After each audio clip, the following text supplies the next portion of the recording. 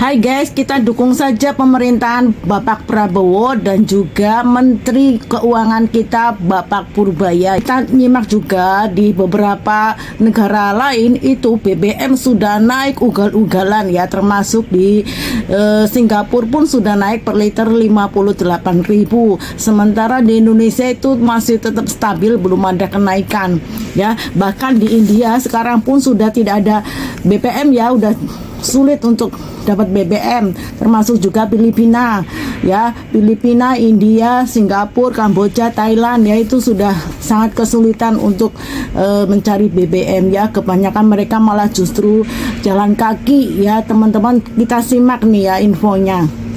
Krisis LPG di depan mata. Sahabat semua, ada kabar serius dari India sekarang. LPG atau cooking gas langka, 20% hotel shutdown, dan lebih dari 50% UKM berhenti beroperasi. Ini bukan menakut-nakuti, tapi kondisi ini bisa terjadi di Indonesia. Konflik global yang panjang akan mengganggu pasokan energi dunia. Hal ini berimbas langsung ke Indonesia. Solusinya kita harus beralih, gunakan listrik rumah tangga. Indonesia punya LNG melimpah, inilah energi masa depan. Kita bangsa besar dan kreatif, kita pernah membangun peradaban hebat. Kita pasti bisa mandiri energi sekarang. Kalau ini benar terjadi, kamu sudah siap menghadapi kenyataan ini. Singapura heran sama energi Indonesia. Warga Singapura mendadak curhat keheranan ngelihat harga BBM di Indonesia adem ayem aja. Padahal negaranya udah melonjak gila-gilaan kan. Recent fuel prices is affecting everybody except Indonesians.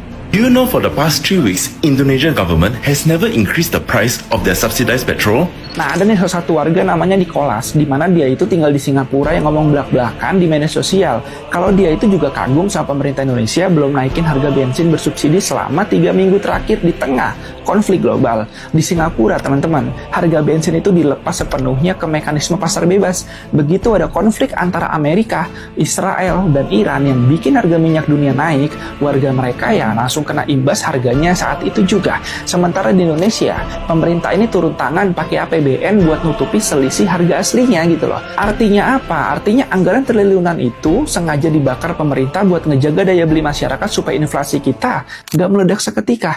Tapi pujian dari warga asing ini sebenarnya adalah peringatan nyata buat kita juga. Maka dari itu pinpointnya di sini, kalau harga minyak global terus melambung, otomatis tagihan subsidi yang harus dibayar negara bakal makin bengkak. Pemerintah juga pasti punya batas maksimal dong buat nombokin selisih harga ini sebelum akhirnya merusak postur anggaran nasional. Penyesuaian harga atau kenaikan BBM di Indonesia itu cuma masalah waktu aja. Kalau hari itu tiba dan pemerintah akhirnya terpaksa memangkas subsidi dan naikkan harga BBM, ya strategi keuangan apa yang udah kalian siapin, teman-teman? Makanya strategi pangan, air, dan segala macam itu sebenarnya poin penting di era globalisasi dan perang saat ini.